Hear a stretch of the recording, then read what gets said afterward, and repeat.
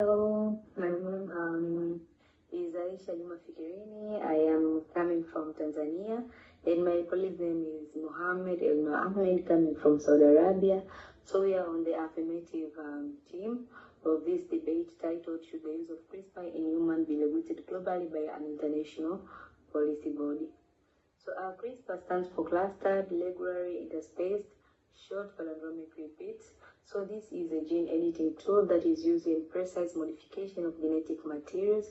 So it is very useful in basic research and understanding gene function, disease mechanisms, but also in gene therapy of treating various diseases, including sickle cell anemia, and also in the treatment of diseases such as cancer, but also CRISPR has shown potential also in other animals to increase yieldings and productivity, and it has shown potential in plants, particularly in developing disease-resistant crops.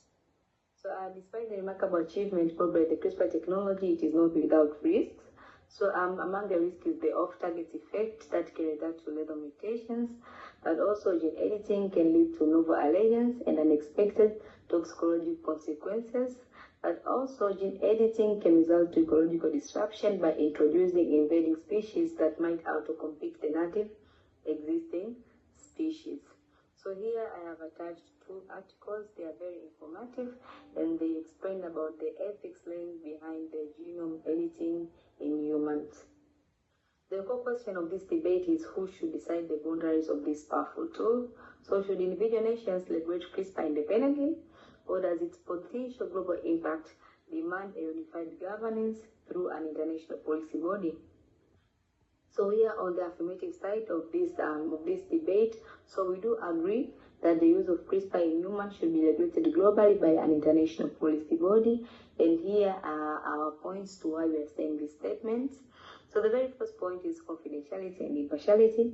So this includes research confidentiality, intellectual property protection, data privacy, collaboration agreements, clinical confidentiality, and patient's privacy.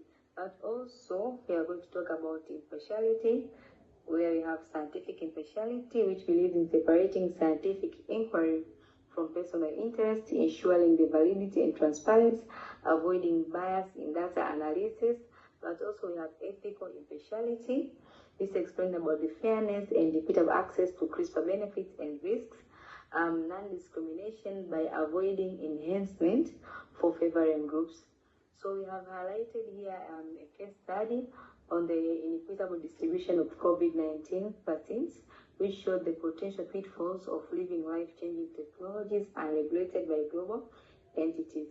So this is an article that explains the fair allocation of scarce medical resources in the time of COVID-19 pandemic, as we saw that there are some nations that were mostly prioritized when it comes to receiving of the vaccinations. So another argument that we have here is avoidance of technology misuse. So a global regulatory framework that we have here is avoidance of technology misuse. So a global regulatory framework would help mitigate the misuse of CRISPR, such as creating designer babies. Also, it will limit the development of CRISPR bioweapons. We have also a case study, which was the research on H5N1 influenza virus that raised a lot of concerns on bioterrorism. So here I have also attached an article that explains on this biological weapon. Another point that we have here is safety and risk management.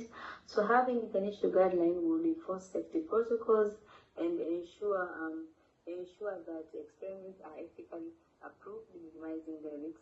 We also have a case study here on the CRISPR-edited embryos, the build of targets, mutation that could have long-term consequences. This also made people to question themselves, like, should we use CRISPR gene editing in human embryos? So this is still in dilemma. Another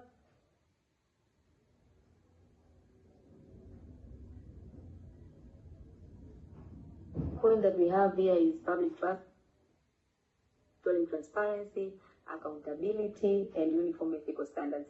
A case study that we have here is the European Union caution approach to GMOs, which demonstrate how lack of public trust can hinder technology adaptation. Yeah. So having an international regulation of CRISPR could prevent similar outcomes. So CRISPR is a transformative breakthrough with the power to reshape humanity, but it demands a responsible use. So the global implication of CRISPR demand a unified approach. Without international rules, we risk ethical problems and long-lasting negative effects that could be passed through generations. Having a global recognized policy body offers the opportunity to create a framework rooted in inclusivity, equity, and safety, ensuring CRISPR benefits are shared responsibly while risks are being minimized. So this debate is not about limiting progress, it's about guiding it wisely, so that this groundbreaking technology saves humanity as a whole, not just for the selected few. So the question before us is not whether CRISPR should be used, but how it should be governed. And the answer lies in global collaboration, accountability, and foresight. Let us rise to this challenge and pave the way for a future where innovation and ethics go hand. Here we have the rebuttal points for our opponents, which are saying that the use of CRISPR should not be regulated globally by a policy body. So their first point is diverse context worldwide. Regulation shouldn't be global due to varying national contents. So the risks of CRISPR are universal, first of all. So the global frameworks can establish a baseline safety and ethics, allowing local adaptation. As an harmonization reduces cross-border conflicts. Also, the second point from the opponent is ethical and cultural difference. Ethical diversity prevents universal standards. So the shared global ethics that we're familiar with, for example, do no harm, can underpin the guidelines. So regulation can respect the cultural nuances while also preventing exploitation and ensuring safety. Another point is limited access and equity. They're saying that global regulation might worsen access disparities. So global framework can promote equity through technology transfer, funding, and capacity building. Lack of regulation risks monopolization by wealthier nations, excluding others. The very last point is overregulation and innovation.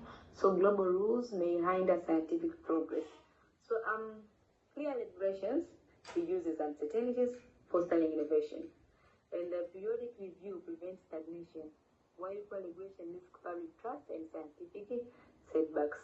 So thank you very much. These are the references that we used for this debate.